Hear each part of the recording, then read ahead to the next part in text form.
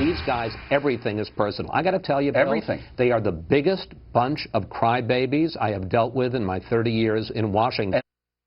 That was Fox News Sunday host Chris Wallace back in 2009 talking about the Obama administration's relationship with the press. Tonight, President Obama's comments on Fox News are again raising questions about the president's view of the media. During the recent one-hour sit-down he had with a radio host, the so-called splintered American media came up, and here's where that went. The problem is that there's this big gap between who we are as a people and how our politics expresses itself. And part of that has to do with gerrymandering and super PACs and lobbyists and a media that is so splintered now that we're not in a common conversation. And the fact that, if you watch Fox News, you inhabit a completely different world with different facts than if you read New York Times. Right. Joining me now, Mark Thiessen, who's a Fox News contributor and a former chief speechwriter to President George W. Bush. Also, Robert Zimmerman, who's a Democratic strategist and DNC committee man, both from New York. Good to see you guys. Good to be with you. So, good to see you, Megan. What is it, Mark? Because the president took a shot at Fox in May, and now once again he takes a shot at Fox here. I mean, he's taken many shots at us over his term, but he can't seem to get over the fact that we are here. I know, it's very frustrating, I'm sure, to be Barack Obama and have Fox News on. But look, I mean, the last part of what he said is actually completely true. If you watch Fox News, you inhabit a completely different world and with different facts than if you read the New York Times.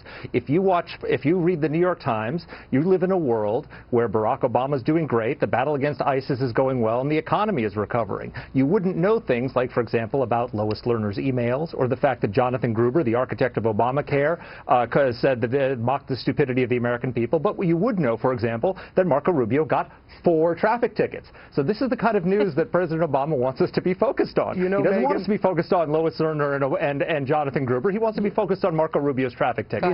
That's why he wants us to read the New York Times. Megan, if you consider the president's comments an attack on Fox News, you got to get out more. First of all, my friends who read the New York Times were offended by those comments as well. Oh, really? And this president, of course, they regard it as a criticism of the Times as well. The bigger point here that Mark makes, I think that's worth noting, is the question about whether we read information to be informed or read news just to be reinforced. For example, when the New York Times was attacking Hillary Clinton on the emails in the foundation, people at this network wanted to nominate the Times for a Pulitzer. Yet when the Wall Street Journal vindicated the Clinton Foundation and Hillary Clinton and pointed out there was no favoritism, I didn't hear a lot of people from the right bringing it up. So I think there's an important issue here about the polarization. I think that's a stretch as her a champion well, actually, and a loyal one. Read the article. They've made that clear that there was no favoritism. Vindication is a bridge too far. But here's my question for you, Mark. What is it? Is this a strategy by the president, or is it just we're a constant irritant to him? You know, I mean, you want to look at him and say, we're here, we're clear, get used to it. Something like he doesn't want to accept that there is a channel that will criticize him. I realize that many people feel it's too much. It's too much criticism. But really, has Fox News been proven wrong on every single subject? That's what the left wants you to believe, that Fox News is just invents, stories, and that's what we exist to do.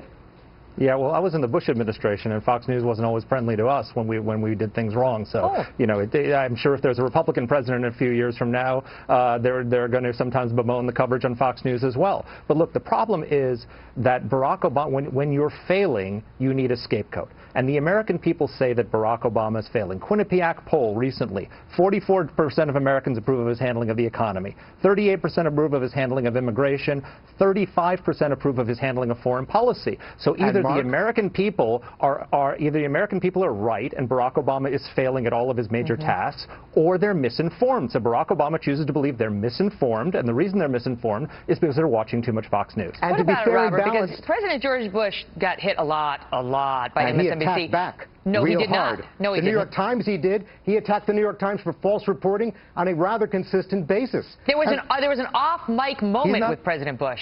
You're telling me President Bush complained about the media as much as Barack Obama does? In fact, Barack Obama complained about MSNBC. So let's be realistic about this. Are you saying you're not saying that? You're not saying President Bush? I absolutely am. You can look it up. He criticized both MSNBC and Okay. Fox. Said, as much? Is that what you're saying? You're going on I record didn't say as much? I said he criticized them. The point is every president criticizes the media. Some, like Richard Nixon, hired thugs. I got to run. They're cutting us off. It's so rude. I could go on all night. It's well, great I'm proud to see to be you both. with you.